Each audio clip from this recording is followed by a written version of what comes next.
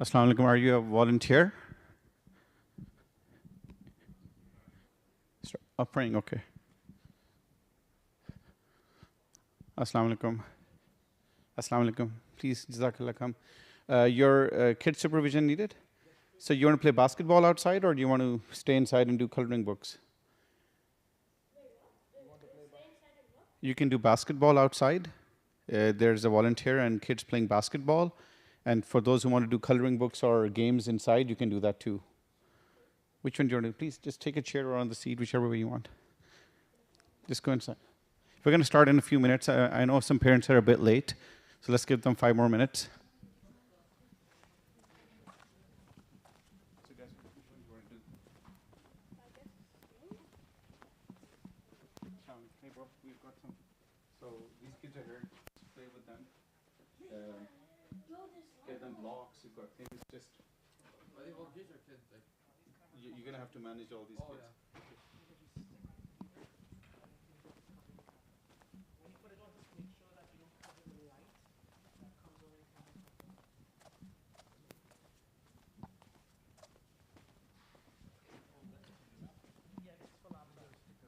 Yes, so basically stick it on your laptop and you can slide it back and forth just to cover your camera.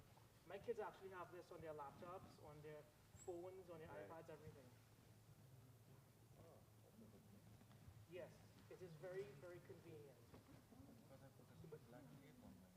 Well, sometimes you need to use the camera, right? Yeah.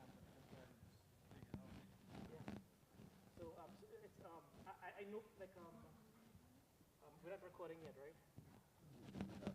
You're stopped recording?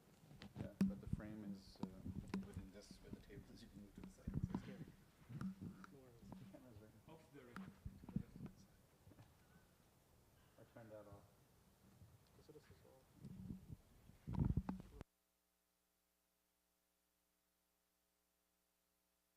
If you have a question that you think is concerning, just direct it to me. Okay. I won't get fired. All right. And while you're here, I mean, we'll pass this out afterwards. What is this? This is like a iPhone charger, right? yeah. Right? Just have a look at it and tell me if you think any. That's right.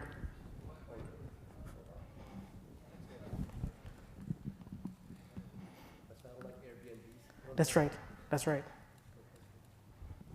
You kind of have to teach your kids to look for stuff like that. Do you guys have a hard stop at 5, or if we go 10, 15? Because I mean, there's like 10, 15 more parents who are on their way.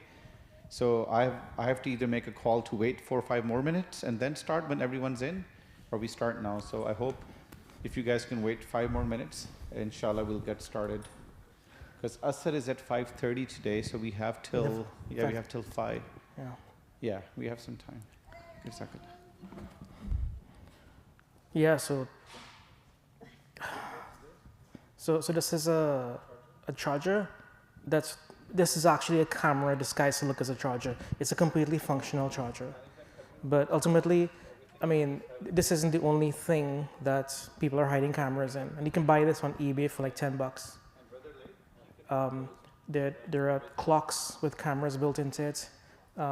They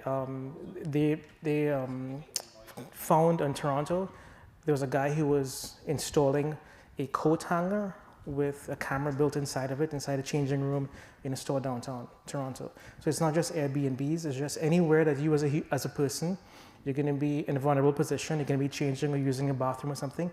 It was last week, they found somebody, that's right, somebody hiding, but that's basically like, yeah, that's fairly obvious, right? But this is a high-tech way of doing it, but it's extremely cheap, and it's insane how prevalent this is.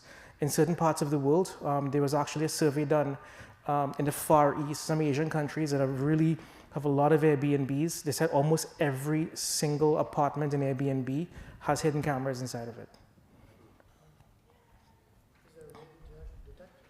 There's no way to detect it except to look around in the room itself. You have, as I'm showing it to you, so you can actually see it. What people do is that they actually get a strong torchlight, a torch, and shine it, and you can actually see the reflection of the lens itself on it. So if you just shine it on a clock, and you'll actually see the lens, come back at you. it's a little bit frightening, but I mean, my goal here today is two things. One is to frighten you, and the other one is to get you to take action, right? So this is just telling you how really bad it is. I'm not telling you to go buy these things. I'm telling you how bad it really is. If the Wi-Fi is disconnected, then that will work. It doesn't matter. It records onto a hard drive. There's a hard drive built into it. So basically, you stick it somewhere. I mean, somebody can come in your house and lend you a charger and you wouldn't even know. And the worst part about these things is that it's not actually manufactured here. They're manufactured in Asia. So you don't even know what software is on this to begin with, right? So you don't even know if you're recording, I mean, somebody's recording something here looking to spy on somebody else, but it's actually being uploaded to some server somewhere in Asia. So just be super, I mean, you have to be really, really paranoid today. I was going to say, I have an Airbnb and I don't have any cameras in it. So they're normal people too. Yeah. But yeah, you got to be aware and you have to be careful about these things for sure. And it's not even legal. If an Airbnb gets caught with this, Yes. they could be in trouble. That's the way I understand it. They'll be in trouble with Airbnb, but not so much with the law, because somebody was actually caught in Toronto with this, and the police they didn't find anything to charge him with, because it's kind of his property more or less. The only thing that he didn't do was he didn't disclose it. So I can't say the legality of it, but I can say as a human being, as a person, just you have to be really careful today. All right, I'm gonna let you. Bismillah ar-Rahman ar-Rahim. I think we'll get started in the interest of time. You get one each. So this is our second program in a series of 3 programs for parenting that we're doing. We did the first one on success in school a month ago, where we were both kind of guiding parents and kids together, how they could manage their careers better and how they can plan for high school better. It was for preteens, teens, and high schoolers. I don't know how many of you attended that one. That was a month ago. This one's really on internet security and concerns about the modern IT world for your kids. And then we're going to have another one, next one, inshallah, which is really parenting 101, how to communicate with your kids. So Jazakallah for coming. Brother Ansar will introduce himself, and inshallah he'll lead the majority of the conversation. And this will be very interactive, so please ask questions. This is to benefit you guys and also to bring your experience to the table. Sometimes there are things that won't be covered here, but that you have shared or experienced, something that went well with your kids, something that didn't go well, so it's very interactive, okay? Jazakallah. So Bismillah. Assalamu alaikum, everyone. So before we start, I just wanted to point out from the slides, when I'm talking about technology, there are really 3 different, what we call ecosystems: the Apple, and the Google, and the Microsoft ecosystem. So can I see a raise of hands? How many people have Windows laptops in their houses? Right, that's pretty much, you don't have any Windows laptops? Okay. Android Chromebooks, very popular with schools, and MacBooks. All right. So I'm guessing your house is completely Apple. A couple of Chromebooks. Okay. So every company, well, these 3 companies offer, the same set of services, which is basically a set of tools called family safety. The names may be a little bit varied, but they offer more or less the same thing, which is the controlling of pornography and adult content on the devices, the controlling of purchases on the devices, and also time limits on certain devices. So for example, you can, as a parent, you can add a child as a child account, create an account for that child and limit them to, let's say, 45 minutes on Instagram, right? So, and that's fairly straightforward. Apple has some really cool features too, where you can actually share your location. I believe Google is getting to that point also, where you can share your location with your family members. I personally use an app called Life 360, which I use to basically track my 2 daughters. But this is the kind of reference. Yes, I have a 17 and a 19-year-old daughter, and they have it installed on their phone. I can tell exactly where they are, alhamdulillah, at any point in time.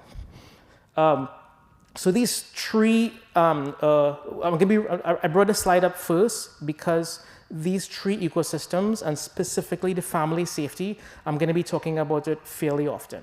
That's why I brought it up in the beginning. All right, so a bit about myself. Go ahead. Introduce yourself. Sure. All right, so my name is Ansar Mohammed. I'm actually a full-time employee of Microsoft Canada. I've been with Microsoft for about 22 years, 23 years in various roles.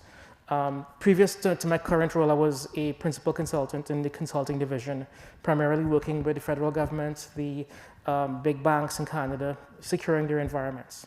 As you can tell from my accent, I was not born in Canada. I was born in the Caribbean, in Trinidad. And I decided to transfer from Microsoft Trinidad, I did a lot of consulting in the nice Caribbean islands. I decided to transfer to sunny Canada in 2005. So I've been here since 2005.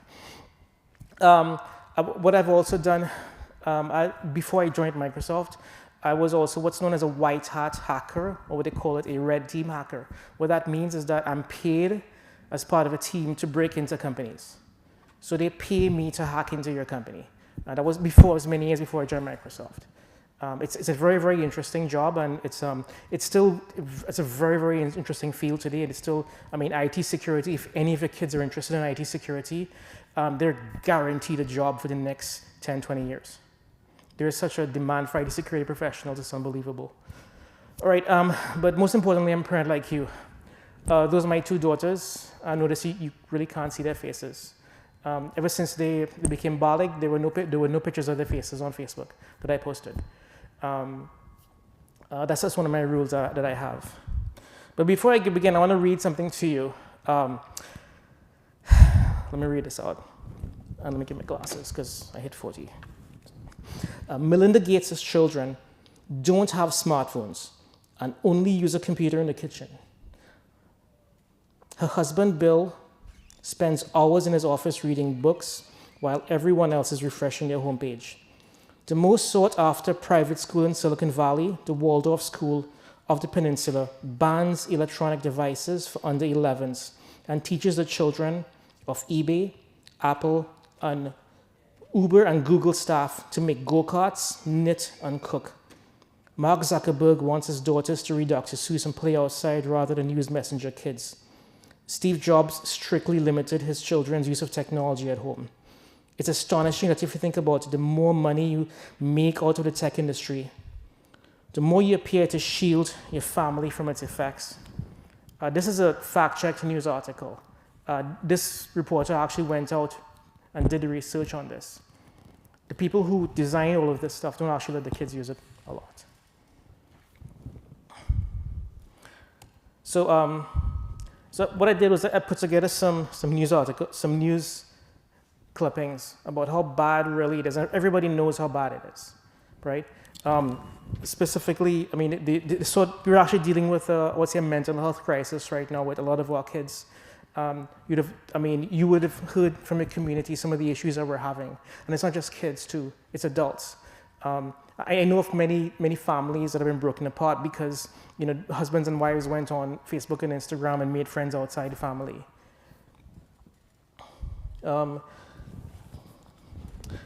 Social media again, ADHD linked to a lot of gaming. Video game loot boxes. I did this presentation once before, about 3 years ago. I'm updating it, I'm running it again. Does anybody know what video game loot boxes are? Okay, so we'll talk a bit about it, but essentially this is training your children how to gamble from age 5. YouTube has basically what you might want to call child pornography on it.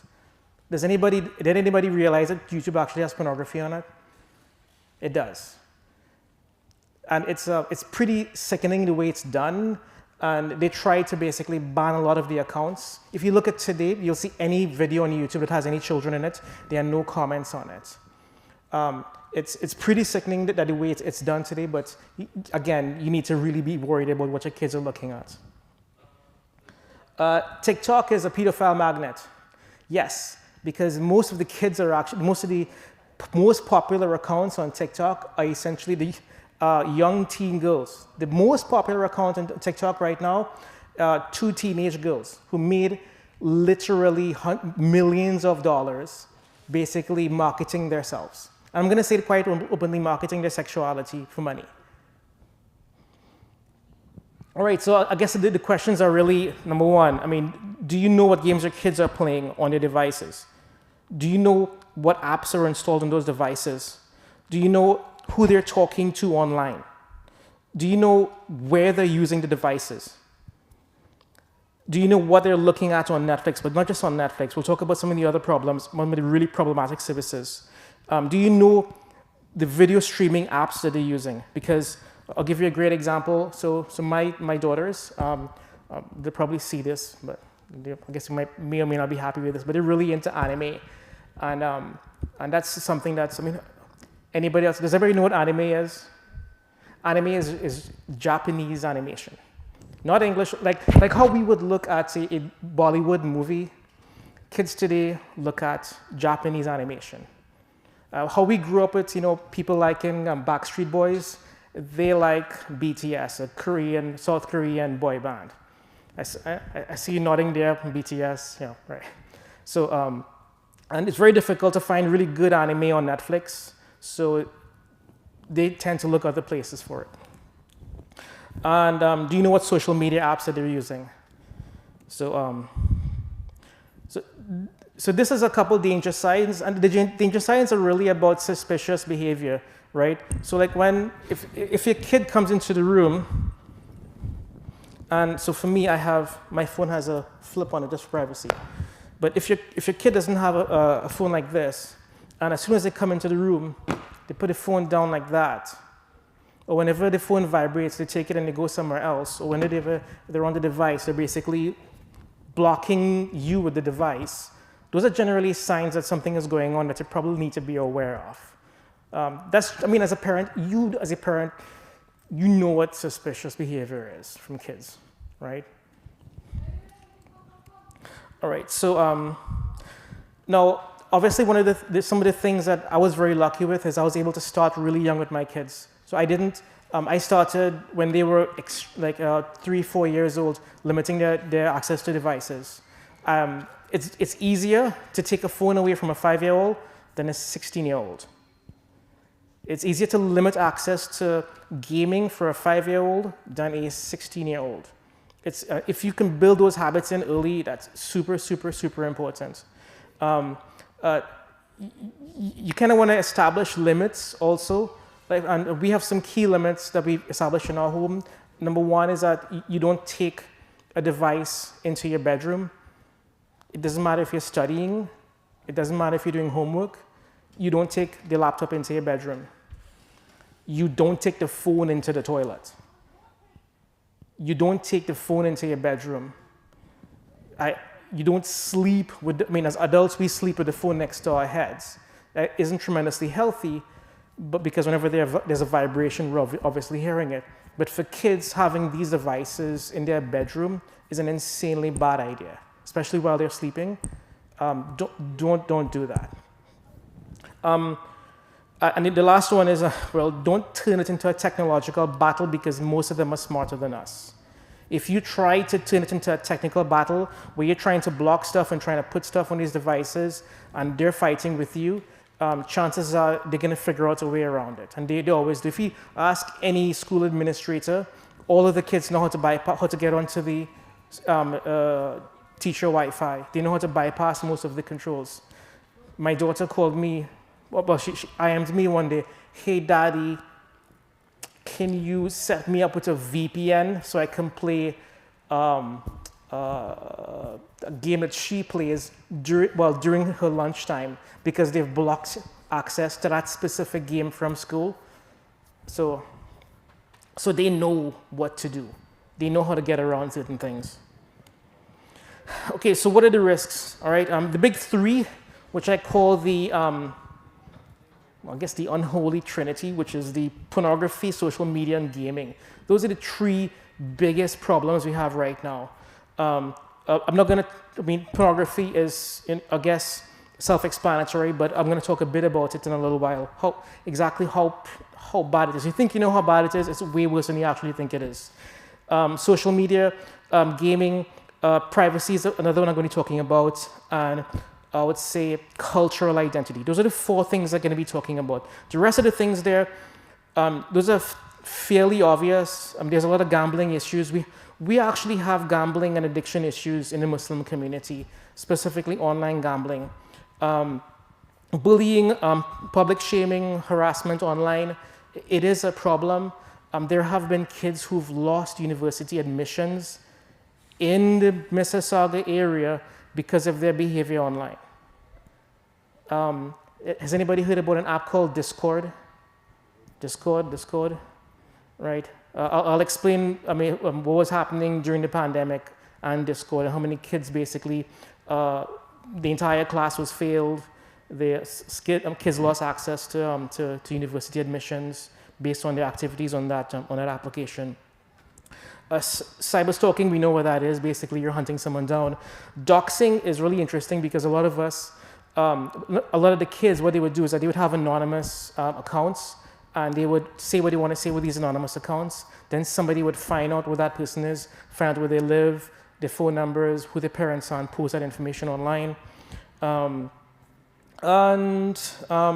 think, I don't want to get too much in this, but let's get into the interesting stuff. Okay, so everybody knows what Facebook is, right? I've got a bit of a game I'd like to play. Which one of these apps has adult content? Is everybody here on Facebook, can I say? Is anyone here not on Facebook? You're not on Facebook and you're not on Facebook. I have it, but I haven't used it. All right. So, yes, so Facebook isn't so much a problem for adult content. But has anybody seen this? Twitch. Twitch is huge. Twitch started off, okay, so we like to play video games, right? Pretty much, has anybody here not played a video game? You've never played a video game in your entire life? Not even those bubble games? Okay. So in actuality, who do you think plays more video games, men or women? Boys or girls? Girls. If you count device games, girls actually outnumber boys in gaming. Twitch started off many years ago as a platform for people to stream themselves playing video games. Now, you think to yourself, as an adult, you like playing video games, but you would never imagine yourself looking at somebody else playing a game. We grew up standing behind somebody who was playing a game, waiting for them to leave so we can play. We grew up waiting for our turn. Kids today will sit down for hours upon hours and look at someone else play a game. And they will stream that online, and they'll do it on a platform called Twitch. Now, so that's how it started off. And how is it going? Well, a lot of young women went to Twitch, and rather than stream themselves, playing video games, they're going to stream themselves doing other things. And there's where it gets pretty messed up.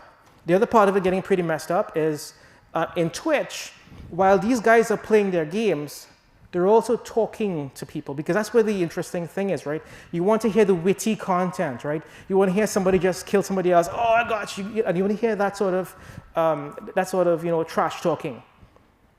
But it's not always trash talking. One of the biggest Twitch streamers is essentially a former Muslim who doesn't speak really positively about Islam anymore. And he's one of the biggest Twitch streamers on a platform right now. And I guarantee if your kids are into gaming, they've actually used Twitch already. Anybody seen this logo? Discord. Right, so Discord, okay, so has anybody used Microsoft Teams? Right, Microsoft Teams.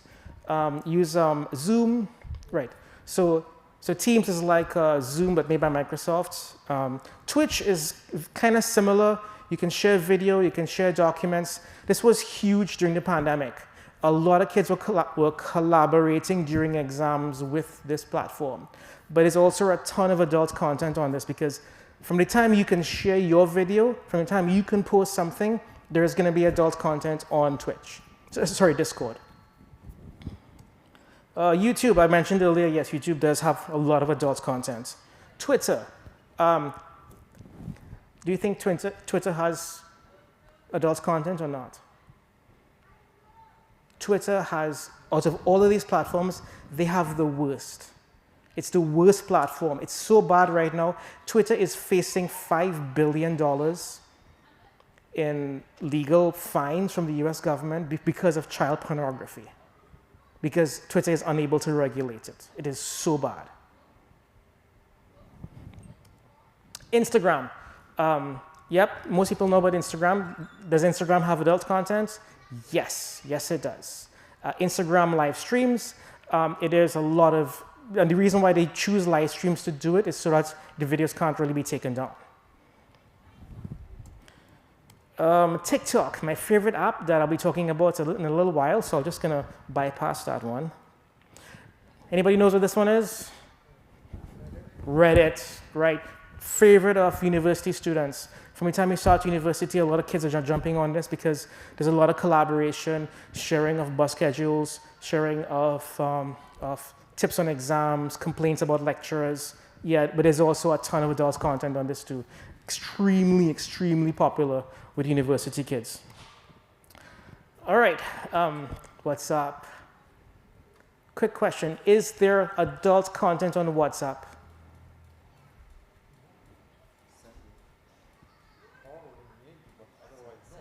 All right. I know this is being recorded, but I'm going to say it anyway. There's a gentleman, a Muslim gentleman that I know personally. He's actually facing 50 years of jail time in the US right now because he was in a WhatsApp group that was sharing pornography. He didn't know, according to his lawyer, he said he didn't know that some of the images were child pornography. And as soon as he landed in the US, they arrested him. How did they know, you ask? How did he know he had that on his phone? Well, I don't know if you know this, but everything that you have in iCloud, everything that you have in Google Drive, everything is scanned by Apple, by Google, by everybody else. And they're using artificial intelligence because they know what these images look like. And as soon as they find something remotely similar, they'll investigate it. If it comes up to be true, that's it. It's game over. So yes, WhatsApp is an incredibly dangerous platform too. And the thing about WhatsApp is that you're not asking for it. You're in a WhatsApp group of high school friends from 40 years ago. And all of a sudden somebody sends something to you and you go, oh my God, what sort of nonsense is this? And you start to complain about it. You didn't send it. They basically sending it to you, right? Snapchat. This is one of my red flag apps. This app was actually invented because people wanted to find a way to share naked pictures of themselves with each other and have those pictures deleted right afterwards. That's how Snapchat got really popular. And then afterwards, that's why Snapchat is basically, it's designed for being very discreet. Any message you send is deleted, any video you send is deleted afterwards, any picture you send is deleted afterwards. Well, there are always problems with them. I mean, there are ways that you can save it. For instance, there are ways that you can screenshot it, or you can take another app and you can record it if you want to. But apps like that on a 13-year-old device is an extremely alarming situation. All right, and the last one is Omegle. This is the thing of nightmares. Has anybody heard about Omegle? All right. So the young guy knows about this. Most of this, you see, the people in the front row don't know what's going on, but the guy in university does, right? So Omegle is, tell me if you think this is frightening or not. So what Omegle does is that it's a website. You go to this website, and it's also an app on your phone. You can what it does, it turns your camera and your mic on, and then randomly connects you with a random human being on the internet. Could be anybody. Turns on their camera and their microphone so you all could talk. And then you click and if you don't like that person, you click a button and it disconnects you and connects you to another random person. And it goes like that for the entire night.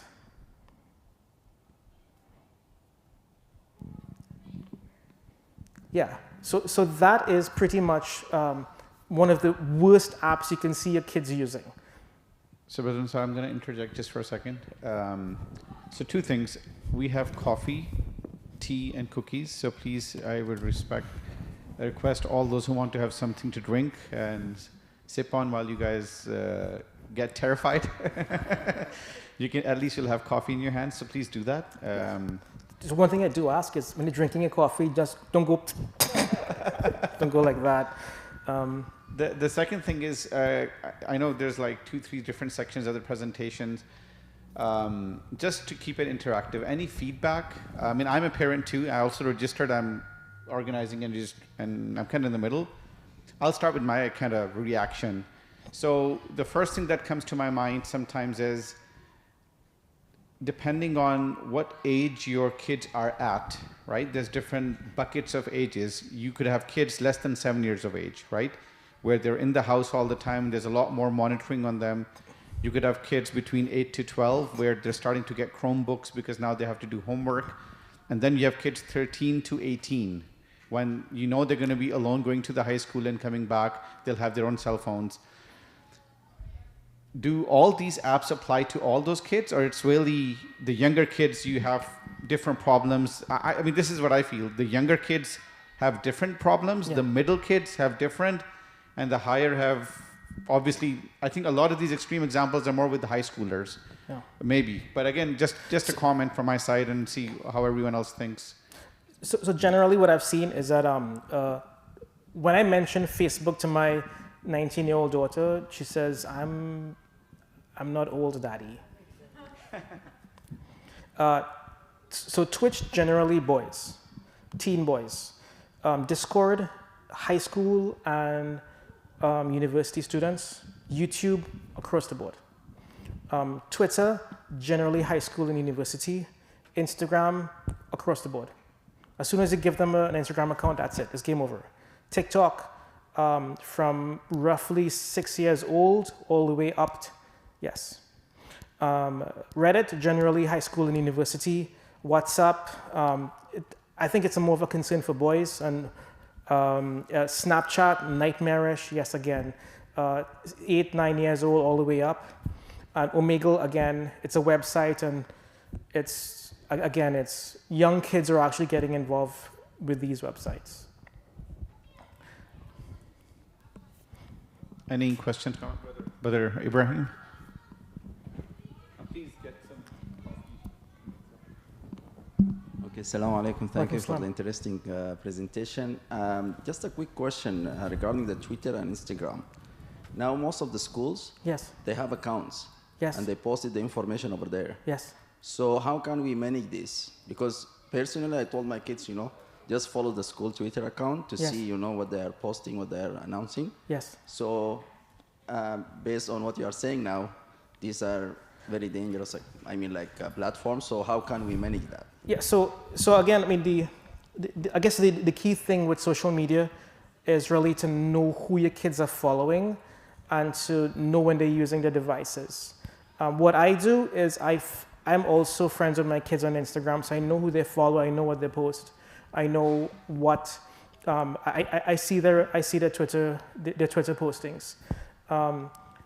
Generally speaking, one of the excuses that a lot of teenagers give you about social media is, if I don't have it, I am going to be excluded, right? And that's a very, very tough battle to face. Now, what I did as a parent, I said, listen, at the end of the day, at 6, they did not have phones until they hit high school, and they didn't get Instagram until they hit 16.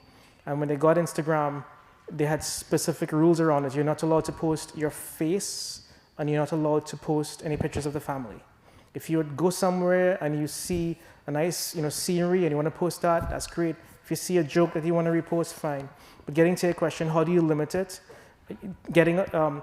You need to evaluate really what the risk is versus what the value is. Because they're always going to come with you with a reason for it. There's always, when a kid wants something, they're always going to give you a reason. My kids go to Peel schools also. And whenever there's something important, we get emails and we get phone calls. And Peel is extremely persistent about their phone calls. Has anybody else noticed that? How many phone calls? I mean, anytime there's anything, super important, they'll call you, hey, this is an automated message from Peel District School Board, check your email. So they will find some way of notifying you. We don't have to use Twitter. We don't have to use Instagram. To be quite honest, many times those things are posted way after the fact. If it's an emergency, they'll call the parents and they'll send you an email. Good question. I know you came late. Yeah, actually, I wanted if you can give a summary of the. What's that? What is this? These are camera covers for your devices. Very, very useful. And Yes. did we get a summary of that, or is the entire representation out? Well, it's being recorded. It's being recorded, but if you want a physical copy of it, yeah, I can share it online with you. Anytime. All right. No, again, we know how bad pornography is, but it's pretty much everywhere. It's absolutely everywhere. And what's happening right now is that there are a lot of teenage boys who have lost the ability to communicate with women. Absolutely lost the ability. There are some real serious psychological issues and mental issues that are going through our community and other communities too. And the gentleman, Alex Manassian, who, I don't know if you guys remember this guy who took a van and drove down Yonge Street and was aiming it for women. He was part of one of those, what they call incel groups. They're involuntarily celibate, meaning that they would like to meet women and talk to women, but they've lost that ability to communicate with women. So this is anybody is really afraid right now? Really freaked out? Really frightened? Okay. All right, so controls. How do we control this? Number one, family safety. Whether it's Apple, Google, or Microsoft, get those controls on your devices. You can't mix and match. There's no way really to get a Google device with Microsoft family controls. What I'm saying is, like, for example, I use Windows devices. Yes. But a lot of school stuff that actually, Okay. I mean, most of the devices that I have at home are running Microsoft. Right. But the school is actually using Google Workspace. Right. So can you actually have, and it actually works better with the Chrome. Yes. Can you use the Google controls to control the Chrome? Google controls will control Chrome, but not the entire Windows device. Okay. And schools are really good at locking down some of those devices. So you don't really have to worry too much about the devices that the school hands out. You have to kind of worry about the phones, the iPads, and the devices, the laptops and stuff that's running Windows in the house. So generally what I would see with you is that you would be putting in some Windows family safety controls on your Windows devices, adding your kids as children accounts, unlocking their devices, and controlling the sites they go to. We got a question in the back? Yes, but this is only works if I believe the kids sign up into that account? Well, that's right. When you give them the device, you have to actually set the device up that they only can log on to that device with that account. If you give them the opportunity to create another account on the side, well, you've basically broken your own rules. Okay, so how we are going to control the kids when they're outside the home? Like library, they have a computer. At school, they have. So you're controlling the device, not where. So let's say for example a Windows device, the controls are on the device itself. So it doesn't matter where you take it. It's going to have the same controls. No, you didn't understand what I'm saying. Sorry. I'm saying that there is a device in the library. Oh, yeah. I mean, in public places like that, generally speaking, they will have controls in there. Because I don't know if you know this, but public libraries in Ontario are frequented by homeless people during the winter. So they have a ton of controls that you haven't even seen, specifically to protect those kids and protect those devices from being used in nefarious ways. The protection that the library put is different than the protection that we're looking for. That's absolutely right. That's absolutely right. So I guess, I mean, again, when I put this back, it's almost impossible to block entirely. If your kid can figure out to go to a friend's house and a friend's house doesn't have any controls and using your friend's computer can't help you. If your kid figures out the neighbor's Wi-Fi password and you have only controls on your Wi-Fi router, it's not going to help you. We've got two questions in front here. Because like my kids, our building, Right. and like the gym and these things. And the kids, they connect, they can connect with that. Even if I control my Wi-Fi, I can block it, I can give timings, but then they figure out too. So I understand what you're saying. So here's what the key thing is, right? So there are two different types of controls. There's one set of controls that are on the device itself. So essentially so for example, an iPhone, you give your child an iPhone. That child uses an iCloud account to log on to that iPhone. You add that iCloud account as a child's account, and you restrict that device immediately. So it doesn't matter where that kid goes with that device. So you're protecting the device itself. So it doesn't matter where the device goes, the device is protected. It's going to be a Windows device, a Google device, or an Apple device. The other type of control is a network control. A network control is so in your house, you've got a Wi-Fi router, and you can actually put controls in there, but that only protects your house. As soon as they walk out the door, or if they've got a data plan, they'll flip over to that data plan, that's it. Question? Yes, quick one. So between those three companies, the Google, Apple, Microsoft, which one is the best in terms of balance? I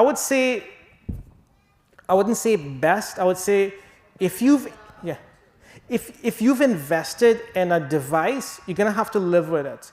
But if I haven't invested in one yet, just because when my kids get into middle school, Right. high school, which one should I lean towards? Because they're still in elementary, so if I need to. So what I would say is Apple kind of has an edge on everybody here because Microsoft doesn't have you're going to eventually have to use Microsoft only for the Windows devices if you buy a Windows device. And I'll tell you what I do in my house. So for our house, I've standardized on laptops being Microsoft laptops because they're cheaper. A MacBook, as you guys know, is extremely expensive. And Apple phones and Apple iPads. Which one is best? I don't think it's going to be a case of which one is the best, but you may have to end up using all three of them because you may want an iPhone for yourself. You may want to, and you may say, okay, well, you're going to buy an iPhone for yourself, but an iPhone for your kid is, almost $1,000, and you're not going to spend $1,000 for a phone for your child. So you may end up buying a Google phone. So I guess what I'm saying, if you had the choice, I would say try to stick with Windows devices for the laptops and Apple devices for the mobile devices, because How is Disney Circle? Disney Circle. I haven't used that. Is it cross-platform? You can get it both ways. It's a standalone device. Yes. Into your router. Okay. So anything that's built into the router is not going to help you as soon as you walk out the door. And kids are smart enough. Just the easiest control in the whole wide world is to disable Wi-Fi. Just burn the data plan. Yes. Sorry. So let's take Apple, for example. Yes.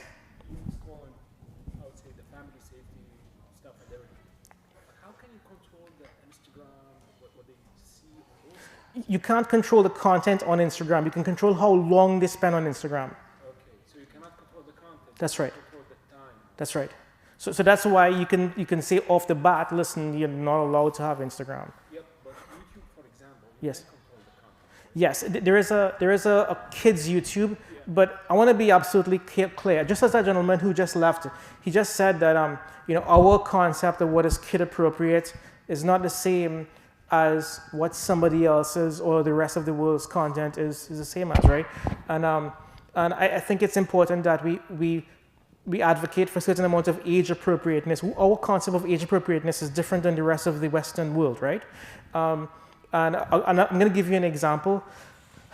My kids used to look at this TV show on Treehouse Disney. Has anybody ever seen a show called Tupi and Binu?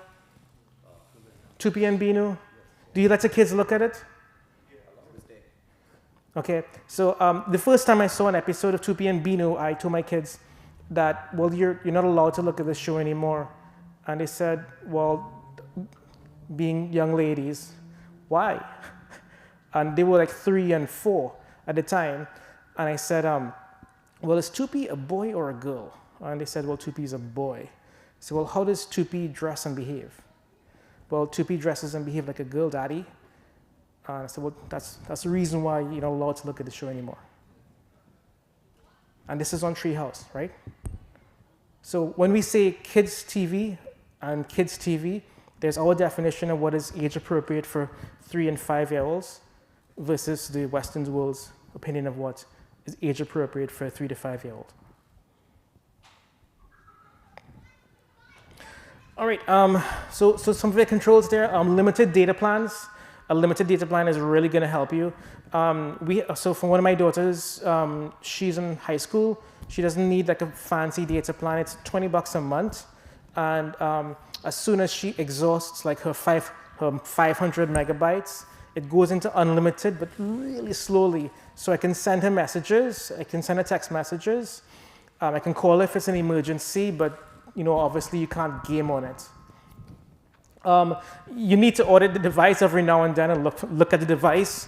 If you see things like, well, the history of the internet is cleared every single time you're on the device, or like all the apps are closed, you probably need to take a better look at the device to see what's going on.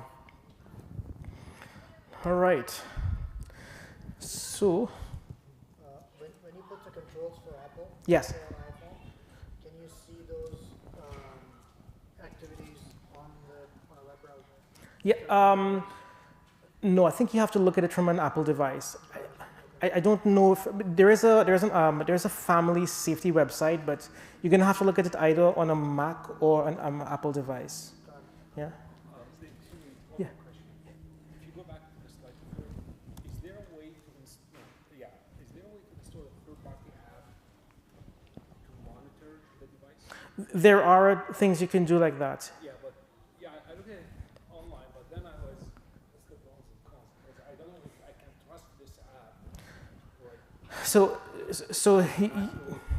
you're right. I mean, you need to be very careful, and I know Brother Faisal is aware of this. A couple months ago, there was a pretty big scandal about one of the most popular adhan apps was selling the location data of Muslims to the U.S. government. So you're absolutely right to be very skeptical. Yep, but is there, you recommend? Yes, it was true. So back, getting to your question.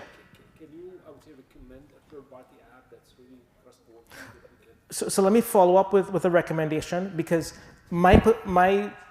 I've always felt the most comfortable recommending what's called the native apps, the things that Apple, Microsoft, and Google supply, because those are very large companies that have a lot invested in privacy and security for those platforms.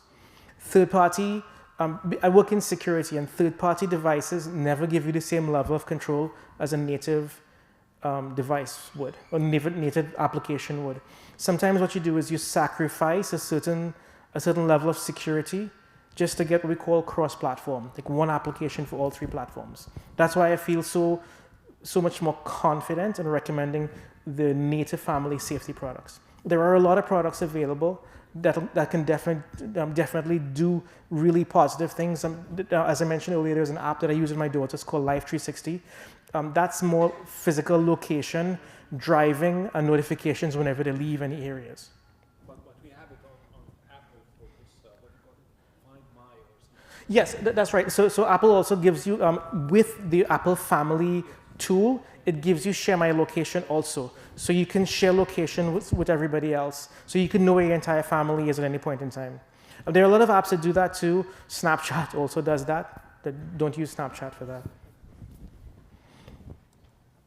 All right, so we'll talk about 2 different apps here, right? So one is called TikTok, right? This is one of the apps that I absolutely hate, right? So TikTok doesn't have any limits or age restrictions. It has addiction/dopamine hits baked in. So dopamine is a chemical that's released in your brain when you do things like take meth or take cocaine or do things like for example, when you're playing football and you score a goal, or you're playing cricket and you hit 6 runs. That sort of high that you get, right? Kids are getting those same highs from clicking, right? Creators, people who are actually creating these videos, it's actually optimized and incentivized for making this as addictive as possible. So it's actually, so I'm going to read this bit of blurb here. It's problematic for kids and young adults due to something called synaptic pruning. Kids that stick to the same experiences with the least stimulation need fewer synapses in their brains. Going to school, doing the bare minimum, a low intensity schedule back home leads to more efficiency in the brain. And TikTok also has what we call off-app links. So what I've noticed is that, and my kids show this to me, and I can see it for myself, where young ladies, 13, 14 years old, they go on TikTok and they're posting all these videos. And then their bio is information about themselves. They have a link to Venmo. Venmo is a cash transfer application, or PayPal. So ask yourself, why would a 13-year-old girl, 14-year-old girl be asking the general public for money? Right? So the other app is called Douyin. Douyin is actually an amazing app. It's for kids under 14. Kids under 14 are locked out after 10 p.m. Until 6 a.m. and limited to 15 to 40 minutes. It celebrates academic achievements and athletic achievements. It has educational content and science projects.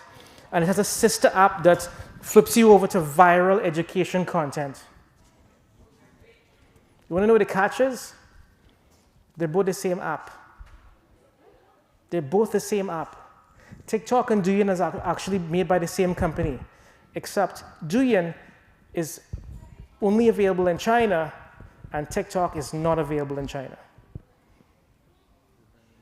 After asking that question, a different algorithm. That's right. They're using two different algorithms. So the algorithm for non-Chinese people is designed to get you addicted. It's designed to make you dumber, literally. And these are actual quotes from Douyin users. Let me just read it. One quick comment.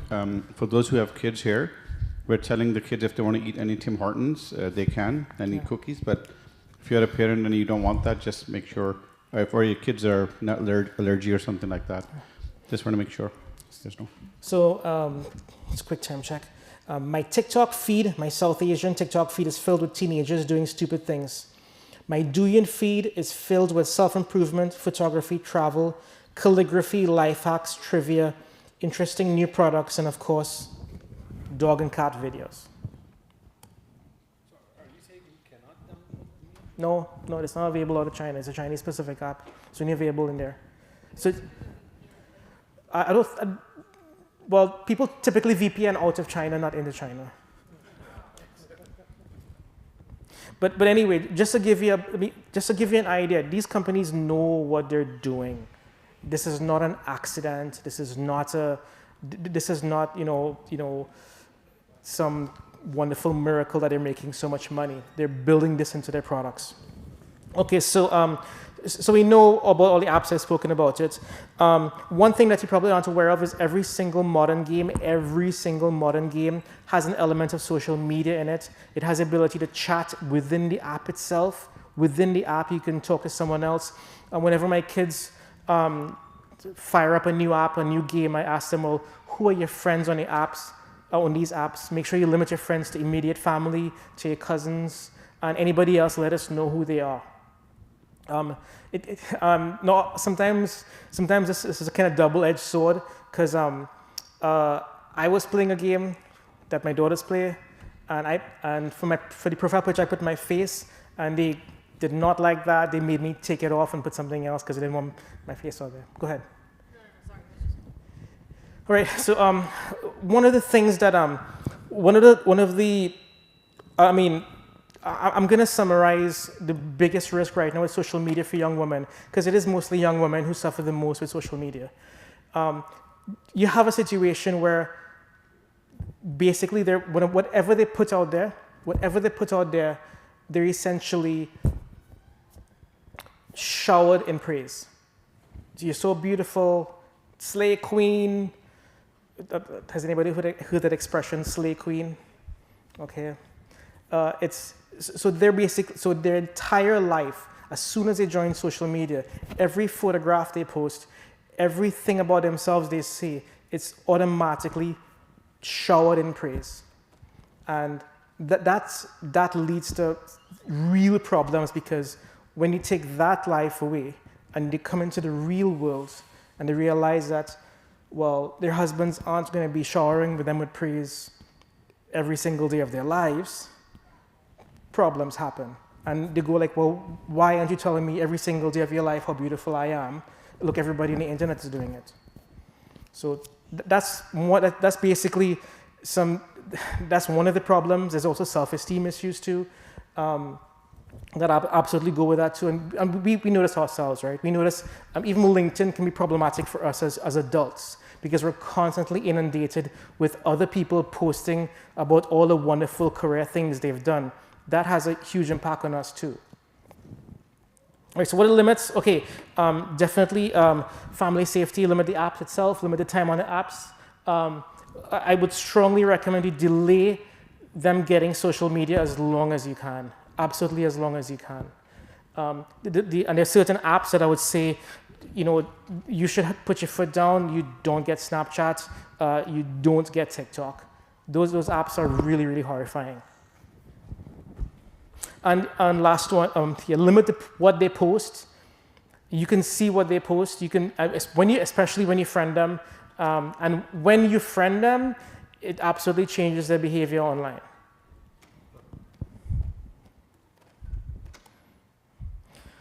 All right, so let's switch over into games now. There's no such thing as a free game. We'll talk a bit about microtransactions. This couple, the kid bought a free game, and he ended up spending £6,000 on one game through something called microtransactions. So in the old days, you would go out to Best Buy and you would buy a game for 20, 30, 40, 60 bucks. So that's not how it works today. Today it's something called freemium games. You download the game for free, and then within the game, they give you little purchases for 50 cents, $1. And some of those things aren't actual things within the game. For example, Call of Duty doesn't have microtransactions, but some of these games may give you a skin. You can buy some clothing that your character may wear in the game. But a lot of games have something called loot boxes. Loot boxes are basically mystery boxes. You don't know what's in that box, but you paid $5 for it. You click a button and it opens up. It could be nothing, or it could be something fantastic. What does that sound like? That's gambling. And there has been a move in the US to regulate loot boxes as actual instruments of gambling, but I don't know how far it's actually gotten. But yeah, so, and again, so loot boxes, huge danger. And the next one is addiction. I'm going to read this out for you just in case you can't read it. The video gaming industry has transitioned from a group of backyard innovators to an industry of multi-billion-dollar companies hiring psychologists, neuroscientists, and marketing experts to turn customers into addicts. The latest trend is the creation of something called whales. Whales are people who will spend their entire life savings behind one game.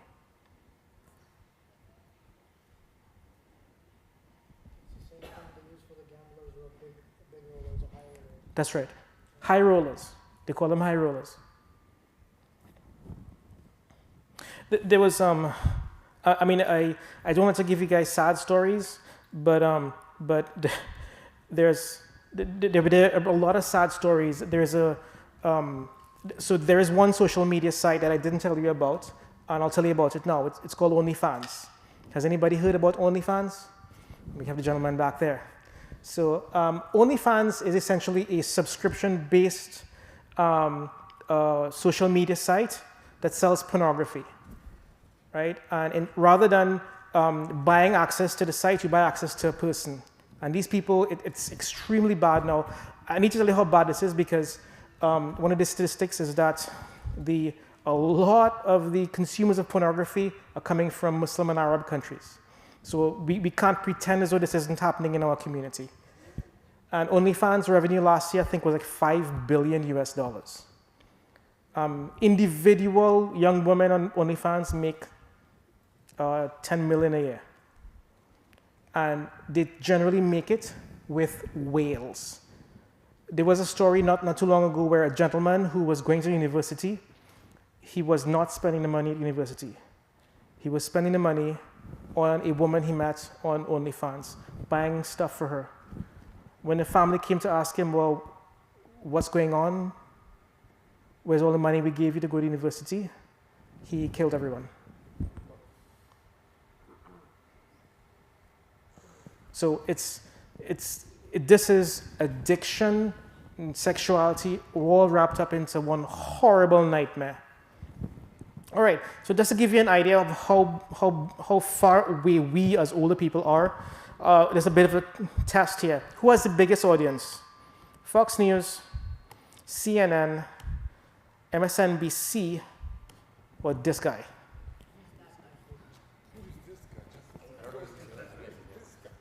He goes by the name of PewDiePie. PewDiePie. Yes. And the numbers, just to give you an idea of how big gaming is. He started off with the Let's Plays. Basically, he's playing and commenting on games. Average users, 1.5 million viewers every day. CNN is on the way down. MSNBC also really little bit. PewDiePie has more daily viewers than CNN, Fox News, and MSNBC combined several times over. What he does? Play games? Just play games and talk about random things as he's playing. What do you think kids today want to be when they grow up? Influencer. That's right. No longer do they want to become doctors, lawyers, pilots, rocket scientists, astronauts. Instagram influencer and YouTube influencer. Twitch streamer. Okay, so I would say pretty much we've covered almost everything here. And I'll tell you, I mean, I'm talking about addiction myself. One of the things I do is whatever games my kids are into, I'm also interested into. So at one point they were into Pokemon, the actual trading card games. So you'd see a whole bunch of kids playing Pokemon and one adult with them. It's like, yeah, I'm playing with them too. It's a double-edged sword because I myself, I'm an adult. I'm in my 40s. And a game that my daughters introduced me to, I got addicted to it. And I know exactly what's going on. I know exactly what's happening. And I got addicted to that game. And they stopped playing it. They moved on to other stuff. But I didn't spend any money on it. Just time, which is way more valuable. Brother Ansar, sorry, yes. Just one Sure. comment. With around 30 minutes left, how far is the solutioning section? And then some Q&A from the parents as well. So you can spend the 30 minutes in a way where we talk a bit more about solutions as well. So we've covered most of the content. I'm just going to run through the rest of the slides. Thank you very much for the time check. So just really quickly about the gaming controls. Family safety, again, you're going to hear that over and over and over again. Separate accounts for kids. Don't let your kids game on your device with your account. Create a separate account for them. Be careful with games that allow voice chat. There's a lot of horrific voice chat conversations, especially on first-person shooter games. Limit social media aspects of gaming and really join the kids when they game. Whatever game they're playing, you play it too, right? Just get involved and see what they're actually doing on the game itself.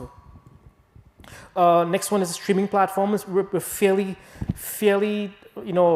aware of this. The key thing is that just remember that when they say it's a kids edition of Netflix or a kids edition of YouTube, it's not what we define as age appropriate for children, right? The other thing which is really super problematic is, as I mentioned, I mean, my kids are into anime, so I got them a subscription into an anime service called Funimation, but a lot of kids' parents don't do that, and they get their anime content by going to pirate websites, and pirate websites, everyone will tell you, it's an absolute nightmare of pornography, of viruses, of scams. It's insane. So you need to know what your kids are looking at, what TV shows they're interested in, and also looking at how they're consuming it. So when we hear there's no free lunch in the world of IT. Somebody is getting paid somewhere. And okay, so streaming controls, definitely a separate account for your kids. Watch what your kids watch, even if you're not watching it. If you're in the living room and they're watching it, great. Whatever, try your best whenever they're looking at something. Don't let them look at it on a device. Project it onto the screen so the entire family can consume it also. So we understand. So you could be doing some work on your laptop, but you at least you got one ear out listening to what's going on. IMDb is really, really fantastic when it comes to parental guides. You just click on a movie, it'll tell you exactly if there's going to be profanity, how much profanity, if there's going to be any nudity, if there's going to be any sexuality, any frightening scenes, any violence, drug use, all that sort of stuff. So IMDb, great resource for that. This is a pretty, I showed this last time. If anybody could figure out what was wrong with this picture, everybody knows who that is, right? That's Mark Zuckerberg, the CEO of Facebook. Tell me if you could figure out what's wrong with that picture.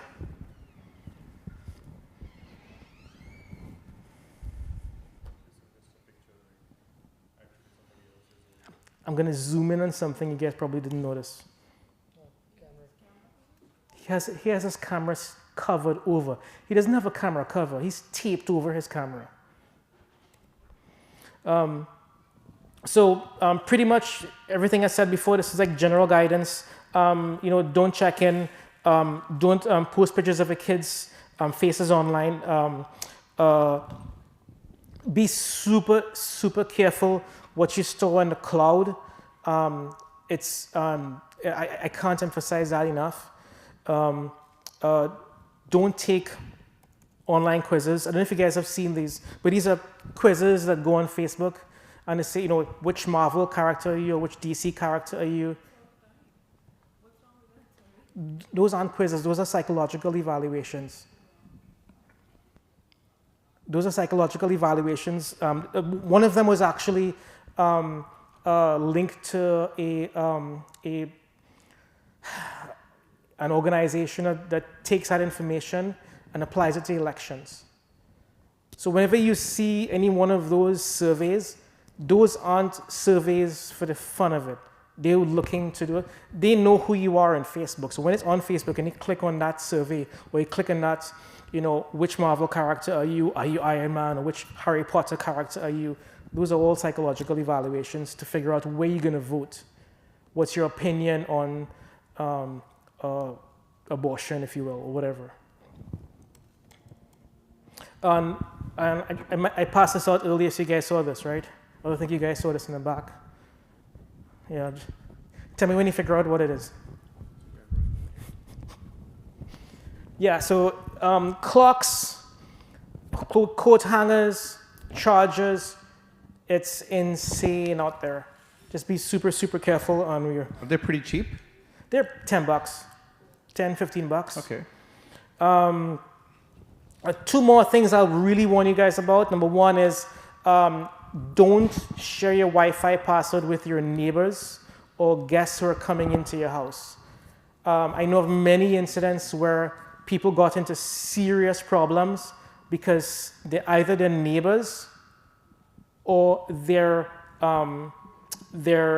guests in their house did something very illegal using their Wi-Fi. What about guest Wi-Fi? It doesn't help you. Doesn't help you. The only thing guest Wi-Fi helps you is that it allows you to selectively turn it off. But the problem is that it's still coming back to you.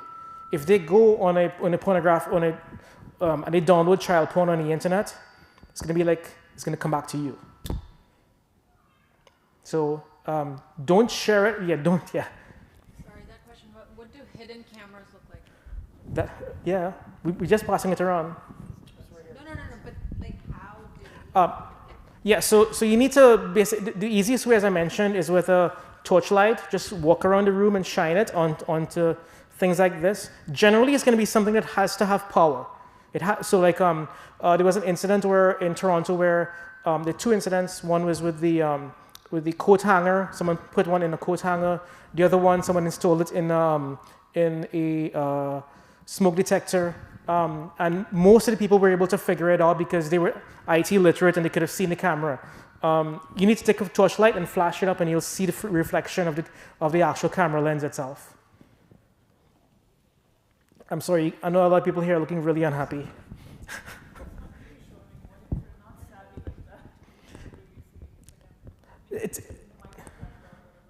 You kind of have to kind of train your kids also too when they go to a friend's house and they use the bathroom at a friend's house.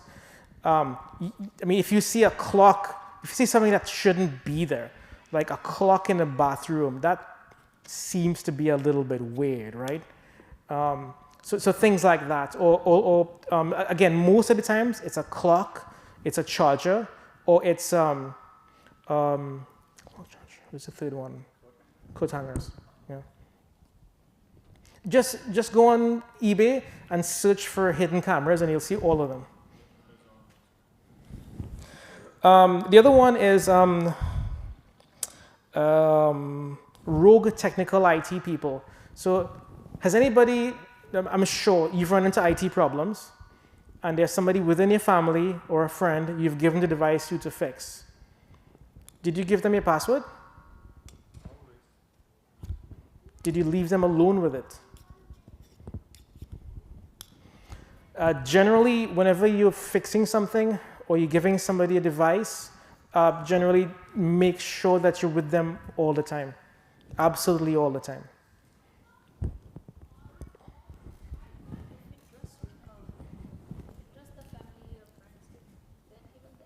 No. It's just think about it. Would you trust this person with your husband? Would you trust this person with your children late at night? That's how I think about it. I have a family member who they run a business, and one of the IT people from that business came into the house to fix one of their computers. And when the person left, the family member came on the computer, and the person was looking at pornography in their house. In their house, while they were fixing the computer. What about the remote access? Because sometimes we have a problem with your laptop or Yes. software. Yes. Connect with the company itself and Yes. have a remote access to get things fixed. So that's something also. Yeah. So there are two things there. One is a company. If it is your company, if you are working for an organization or you're working for the government and somebody working for that company needs to get access to a device, generally it's not going to be your personal device, it's going to be a company-owned device. And that's fine, there's no issue with that. But there are also scams too. Like you're on a website and you get a message, your computer is infected with a device, call this number. Don't ever call that number. Those are all scams. All scams. The company itself, like the Microsoft, yeah, a lot of times people call me saying that they're from Microsoft and my computer has a virus on it, and I go like, okay, really? Which department are you in? Oh, and then they'll hang up immediately when they realize that they called somebody who actually works for Microsoft. If somebody calls you call the company because you have a problem. Yeah. Generally, if you call a company, or if you, that's most of the time it's safe. But let's say, for example, if you buy a headphones and the headphones isn't working, the headphone company isn't going to ask to remote control your computer. You have to kind of. So most of us here are from countries that I would say were a little bit, had a bit of a crime problem. And we grew up being a little bit skeptical, a little bit alert, hyper aware and hyper vigilant. We have to apply that now to technology. Just because we've come to Canada doesn't mean everything is safe. We have to take that same sort of vigilance that we had back home, where when you had a backpack, you would be in the front, your wallet is in your front pocket, that sort of thing. That same sort of attitude we need to take with technology now. So if you call your company and the company says, well, it's a headphones and I need to remote control the computer, I don't think I'm going to let you do that. All right, and I think this is pretty much the most. Okay, so we've got some extra camera covers if you guys want, and a couple warnings. The share everything plans. A share everything plan is not good for a kid who doesn't know how much data they're consuming. Because a lot of my friends would tell me that they got a share everything plan, 20 gigabytes, and then halfway through the month they get a notification that the entire plan is blown through because one of the kids was gaming on it. So when you're getting a plan for a young kid, make sure it's a separate plan and they've got a separate limit. I do strongly recommend Freedom Mobile. It doesn't give you long distance, it doesn't give you roaming, it gives you a little bit of data, but it gives the kids an opportunity to learn how to budget themselves with data. And that's gonna train them and it's gonna serve them very, very well later in life. And if you go back one slide, how many of you guys do movie nights with your kids at home? I do it. Most of us do it, I guess. How many of you guys, when a new cartoon or a new movie comes out, whether it's the Avengers, go to Imdb and first check the parental reference or guidance of that movie before you decide to use that movie? Okay.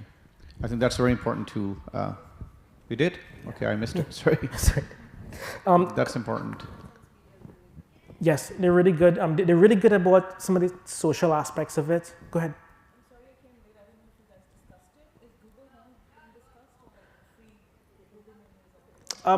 So I did mention it last time. I'm really, really not a fan of it because those devices are a huge privacy risk. So Google Home, Alexa, those devices and Siri, right? They're pretty much on all the time, just listening to you. I have a friend, I go to his house and he's gonna go, Alexa, set the mood. And the window blinds would close, the lights in the kitchen would change. You know, he has in his basement, he has a sauna. You know, Alexa, rainforest. And it's gonna give the ambiance and the lighting and the heat of a rainforest. But that means they're listening to all of this 24/7. 24/7. There was, I don't know if you guys have, there is a cartoon called South Park. And what they did one day was, in an episode of South Park, they used the TV show to queue up some horrendous items in your Amazon cart. So the TV show was picked up, if you had an Amazon Alexa in the house, it would pick up what the TV show was saying and put some horrible stuff into your Amazon shopping basket. That's what we're talking about in terms of insanity, the way we're going right now. So those devices are not a great thing to have in the house at all. Go ahead. You offered those camera covers. So what are you applying? What's open in the back that should be covered? So one of the problems is that I'll give you probably after the we finish the formal discussion, I'll explain to you why. There's certain things I can't say while I'm being recorded.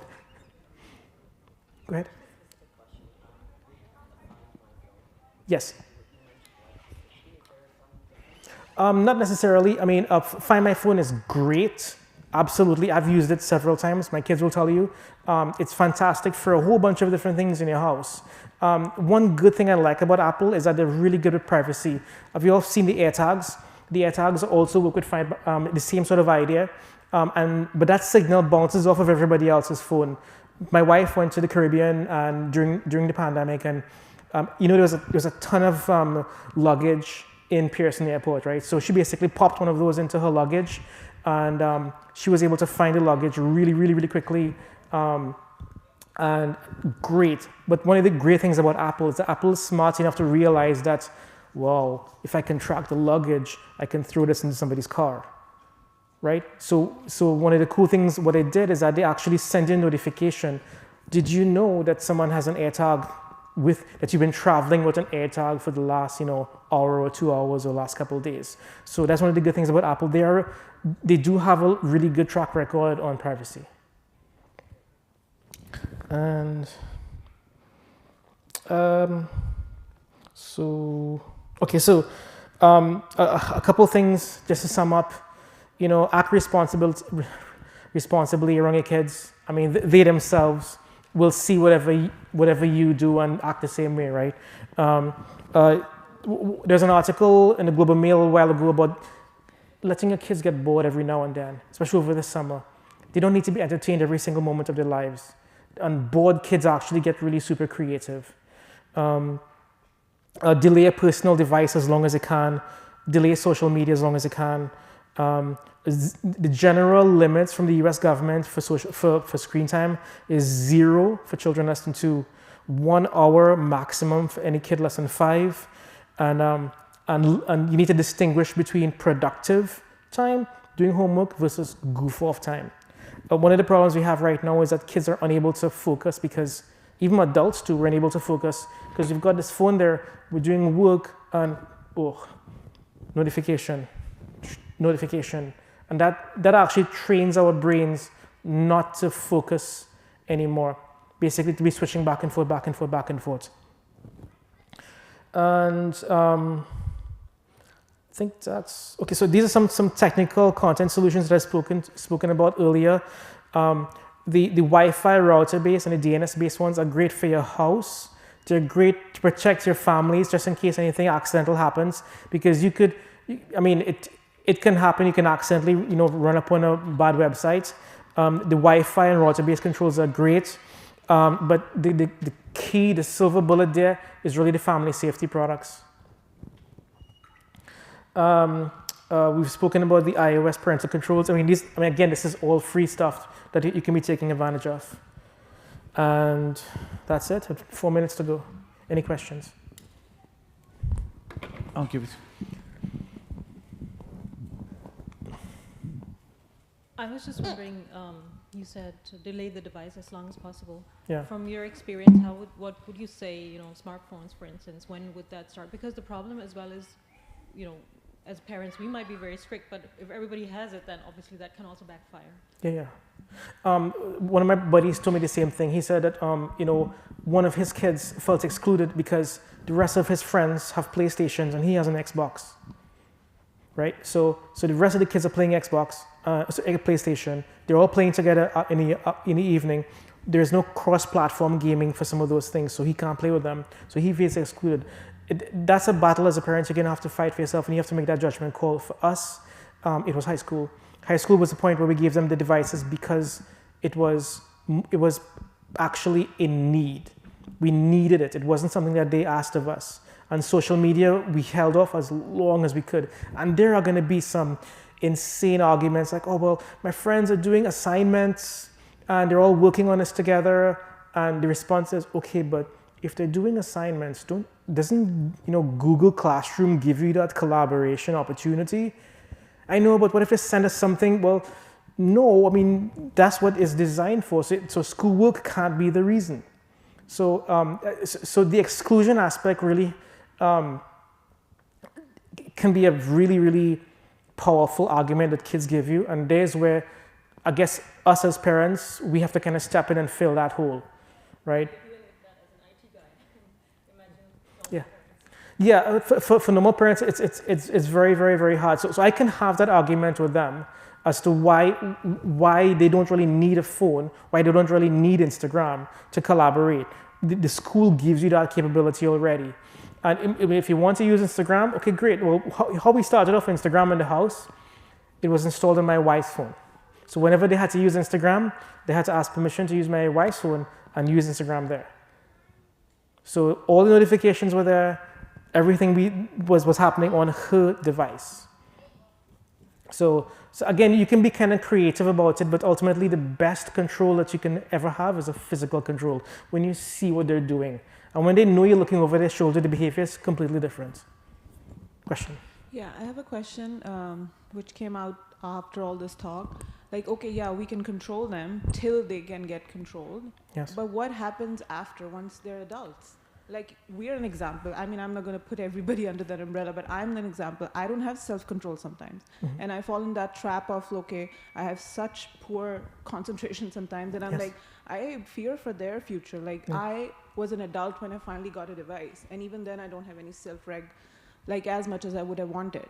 What are they? They don't even have anything to compare with. Like I could finish off a book. I don't think they have a concentration to finish off a chapter. Yeah. So all I'm saying is that what are those practical self-reg tips that we can apply on ourselves first? Because they learn by example. If I hold on a book and I'm reading a book, they will eventually get down to it as well. They'll say, okay, mama is reading a book. Maybe device is not the only thing that can keep me occupied. So all I'm saying is what are those actual, substantial, practical steps that are sustainable, that I can actually pass on, first for myself and then eventually for my kids? I haven't, maybe one solution to it, because for myself, when Instagram started, I had an account and it is really damaging. So at one point during the pandemic, obviously we all waste time on it. So it was my daughter, she was 8 or 7 during the pandemic time, and she was like very into what I'm looking at as well on Instagram. And I noticed obviously that it was affecting her, and she's noticing it. And she's like, oh, click on that. I want to see this. I want to see that. And there's no stop. So I uninstalled Instagram. I deleted it from my phone, and I openly told her I did not reinstall it.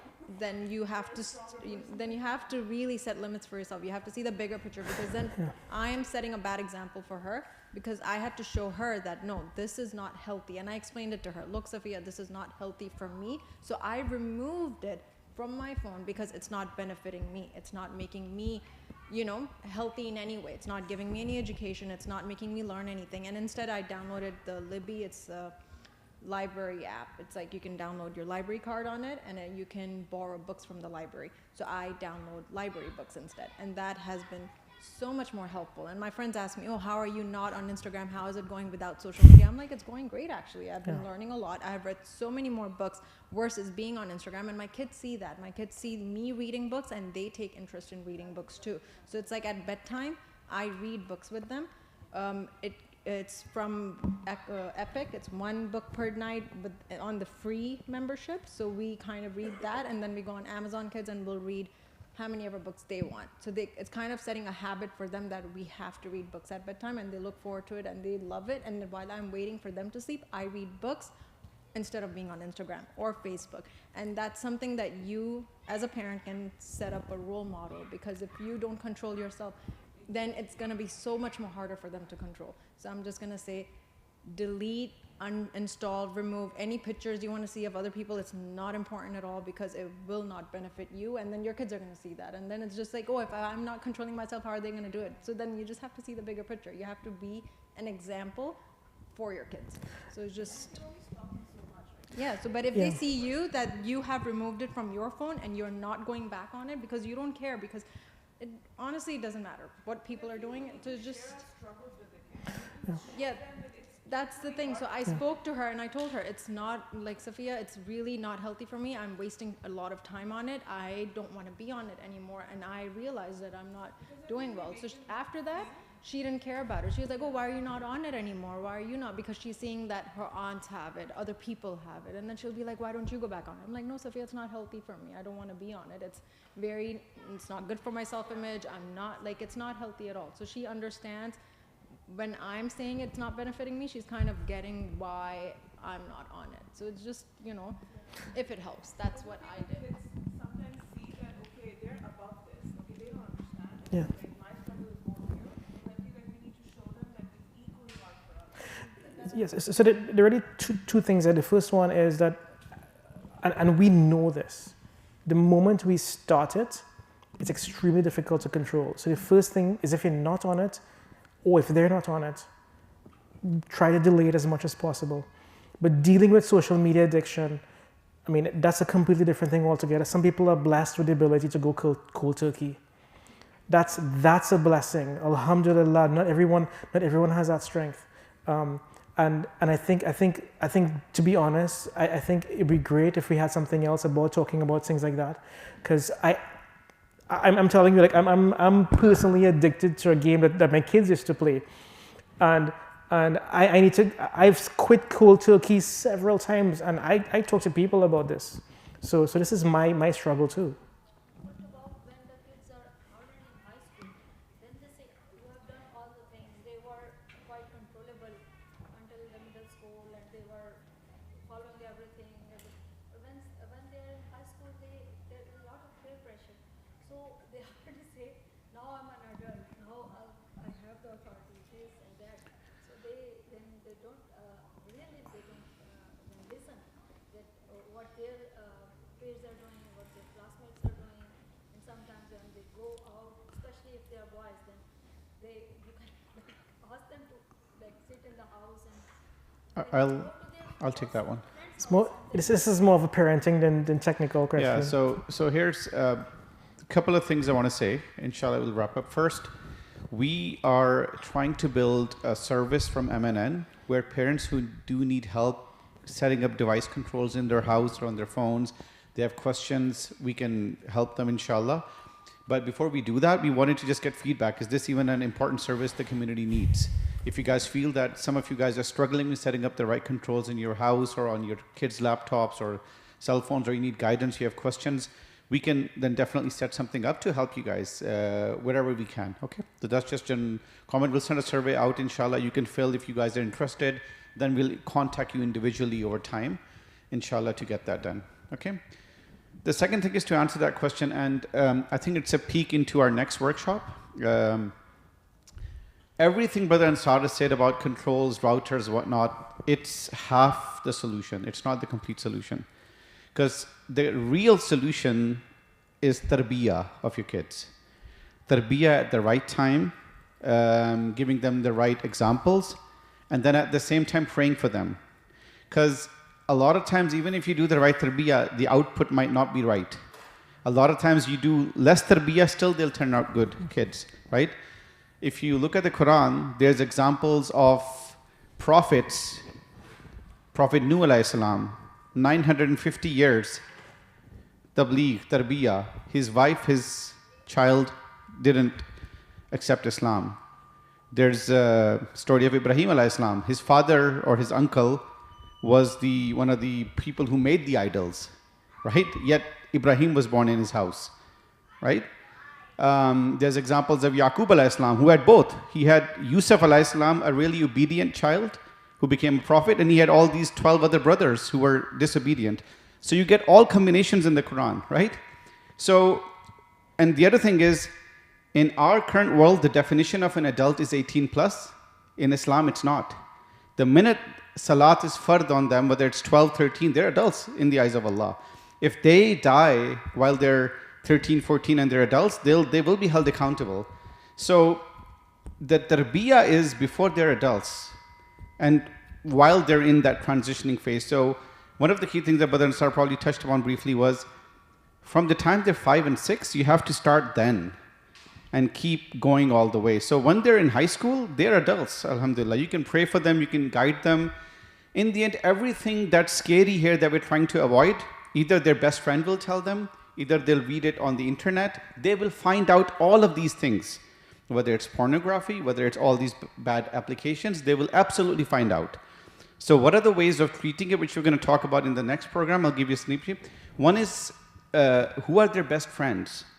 If you as a parent are one of their best friends, they will share things with you. And you can then guide them, have a dialogue. The second thing is, peer pressure is important, but peer means what circles they're playing in, right? If they're best friends, they're the top 5, if you don't know the names of their top 3 to 5 friends, there's a problem as a parent. You need to know who they are. They could be Muslims, non-Muslims, they could be from decent families, they could be from troublesome neighborhoods. You need to know who they are. Because a lot of times kids, there was a research done, it's visual, so I'll try explaining it without, where they did an experiment in this university. They showed 3 lines, literally vertical lines, A, B, C. One line was longer than the other. And they had this experiment where they had 5 kids. They asked each kid in front of each other, which is the longest line? And they deliberately told the first 5 kids to lie, to say that the shortest line was the longest, right? And then the experiment was really on the last kid.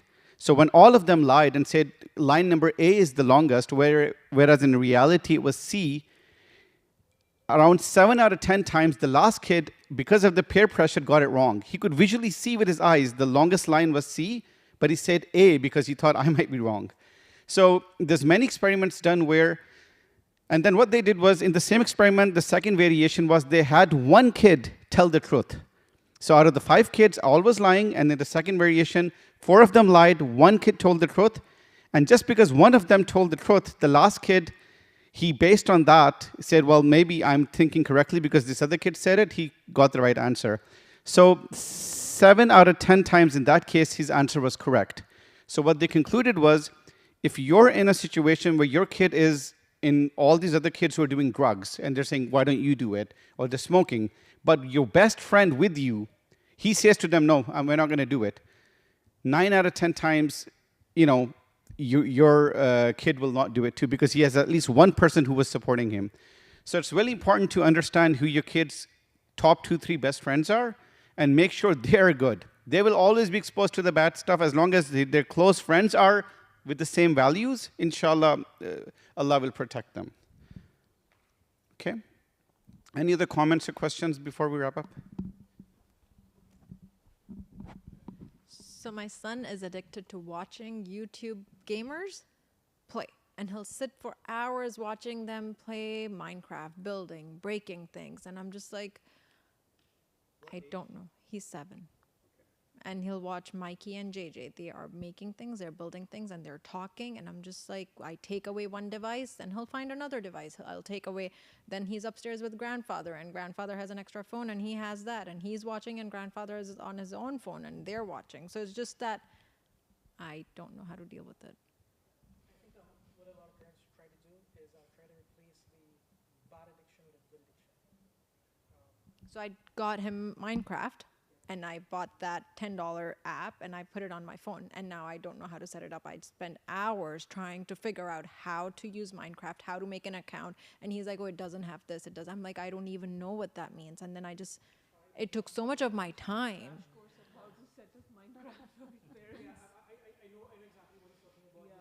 went through that trouble. Again, I used to play Minecraft with my kids. It's actually, Minecraft is like the digital equivalent of Lego.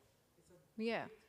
Great thing to get into. It teaches them the basics of actually. So now I just don't know. I downloaded it, but I don't know what else I need to do to just. So I would say so there are 2 things. One is for your problem around Instagram. One of the things that I did in the past that was really super successful is not just to delete Instagram, but also to change the password and give it to somebody else. And the password is after you create a new account. That's one of the key things. For your son, go cold turkey. Just block him off from it. Block him off from all of the apps. And sit with him, and both of you guys play Minecraft. If he, to be honest. But I don't know how the setup is. Like I downloaded it from the Google Play Store, and then after that it needed a Microsoft account. So I made a new Microsoft account just for Minecraft, and I logged in with that. And then what? We can do a crash course in the masjid how to set up a Minecraft. I think that's something that we really want to do. We want to basically have to place those negative addictions with positive addictions. And playing Minecraft is really, really super positive. So I just don't know how else. I mean, I just. So maybe we can do that. Okay. Yeah. Let's have a follow-up. One of the things I wanted to have is I wanted to have like an open ITV where people can bring in the devices and we can explain what's wrong with it. We can tell them what to do with it. What do you do stuff like Minecraft?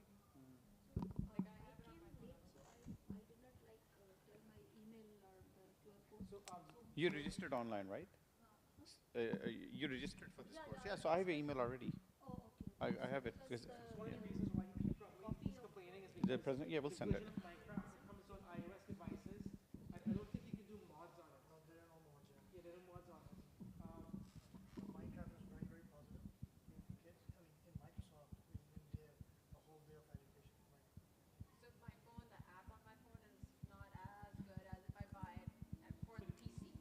Yeah, because that's what they want to. They just don't want to play the game. Can my daughter play on my phone and then my son play on the PC? Would that work, or does it have to be like Nintendo Switch? Isn't it called the Grievers?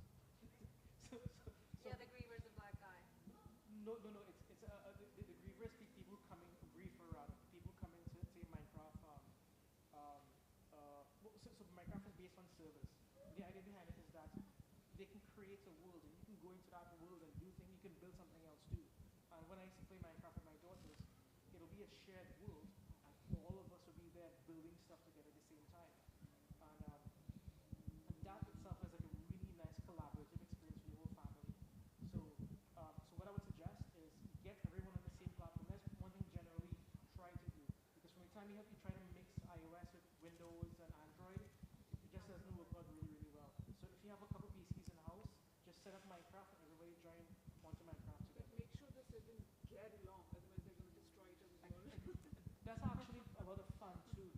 sometimes my boss told me an incident where one of his kids built a really big thing, and the other kid just tumbled underneath to just put TNT all around and blew everything up. And I mean, it leads to fighting, but it's good, right? I mean, I would say that's one of the least destructive games. I mean, apart from spending too much time on it, I think it's actually creative. It helps the brain cells. So let's have a follow-up, maybe like an ITD or something like that. I have a question just for simple things like websites, specific websites, right? How do you block it? Someone like myself who doesn't have any IT background, is there any sites like people use VPN nowadays to go into and bypass? So is there technology right now to bypass it and bypass it? The best way is controls on the devices. It's all family safety. Family safety will block apps and websites for the device itself. So on family safety, you can actually block all the websites or specify which sites they can actually go. You basically specify categories. You don't say individually which website. You basically say block all of these adult content websites, all of these gambling websites, all of these. So I need to hold the computer first, right, to get that off. Yes. So we definitely need to. But this is really meant to kind of encourage you to take another step. I see everybody wants to take the second step. It was very good. So we need to have like a really deep technical second session. Maybe a Minecraft session will be helpful. Yeah, maybe we can have like a Minecraft class or something like that. For parents, Roblox. We'll send a survey out, ask you guys what you guys want help with, and then inshallah we can set up those sessions. Like physical thing by which it can be blocked. The routers, I think. So modem or router, I know. Like I can like block the Wi-Fi or what. But the thing is, with the bell I can't.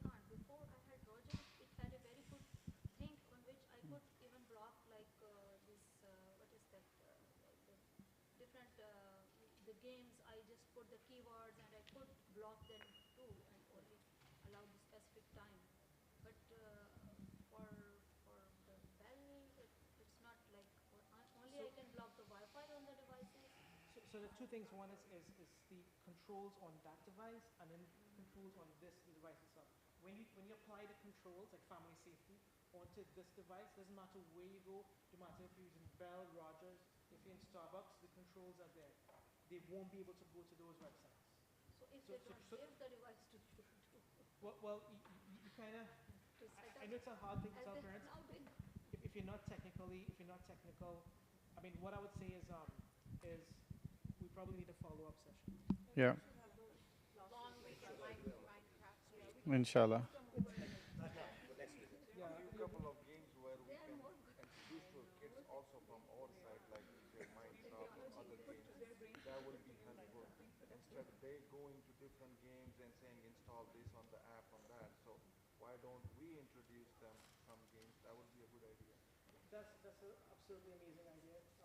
Maybe a list of positive games that we can replace the negative addictions with positive ones. I think even my 7-year-old would like it might benefit him because I spoke to him about some games where you have like a daily reward system, and then me and my husband spoke to him. That's just like an addiction sort of thing where they're trying to make you addicted, and we explained it to him. So it appeared like he kind of got it because kids these days are so smart. We were like, Yusuf, they're just trying to make you get addicted to it. So you're logging in every day to get that daily reward. So he stopped doing it now, alhamdulillah, but I don't know for how long. So it's just that maybe him seeing other, like older kids and you saying, okay, these games are better, and this, not that. I don't know. So those games are designed that they know you haven't logged in a month. They're going to send you a notification, hey, we notice you haven't logged in a month. Here is a whole bunch of free loot boxes for you to open. Free stuff. And then get back into it. That's how they got me back again. I logged off for like about 6 months and they sent me a notification, hey, guess what? So we're out of time. We have to do the azan, inshallah. Jazakallah everyone for coming. We will send a survey out where you can clearly tell us what your next steps or requests are in terms of where you need help, and also feedback on the session, inshallah. So Jazakallah for coming, and inshallah we'll have another parenting workshop or and above this, which is going to be on Parenting 101, communication with your kids and all the other stuff, the tarbiyah stuff, basically, not the technology, inshallah, in a month's time. Jazakallah. Assalamu alaikum.